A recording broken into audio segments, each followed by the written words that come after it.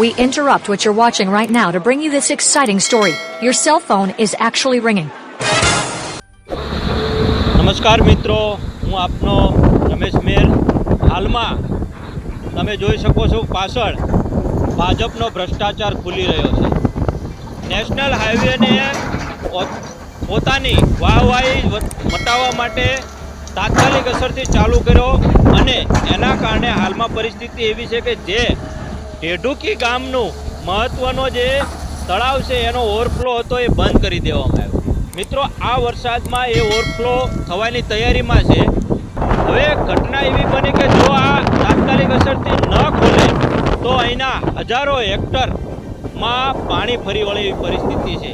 તો હું તંત્રને પૂછવા માગું છું કે શું તમારી આંખે પાટા બાંધેલા છે?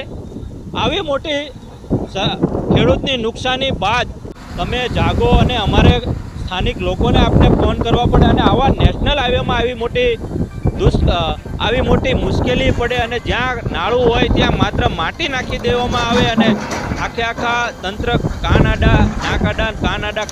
હાથ કરતા હોય એવું લાગી રહ્યું છે. ત્યારે અમારી માંગણી એવી છે કે આવા ભ્રષ્ટાચારી જે કોઈ કોન્ટ્રાક્ટર હોય અને અધિકારી હોય અને તાત્કાલિક અસરથી અહીંથી નિલંબિત કરવામાં આવે અને તાત્કાલિક અહીંયા જે ખેડૂતને હાલાકી ભોગવી રહ્યા છે એમાં યોગ્ય એમનો રસ્તો કાઢવી આપવામાં આવે એવી અમારી લાગણીને માગણી.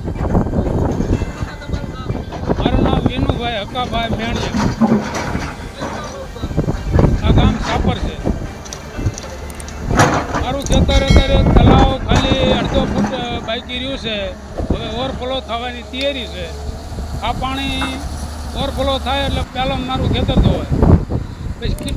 પછી મારી માંગણી એ છે કે અત્યારે આ રસ્તો તાત્કાલિક કરાવે કે અમારું ખેતર ધોવાઈ જાય, 10 ખેતરો બીજા ધોવાઈ જાય અને ઢેઢુકી ગામમાં પાણી આખા ગામમાં પાણી કરી જાય એટલું પાણી અહીં આવે છે. પાક અત્યારે પહેલો જ નુકસાન થાય. મારી શેરડી અત્યારે તરત વહી જાય. જેની ઘડીએ ઓવરફ્લો થયો એટલે તરત શેરડી ધોવાઈ જાય છે. મારું ગામ સાપર.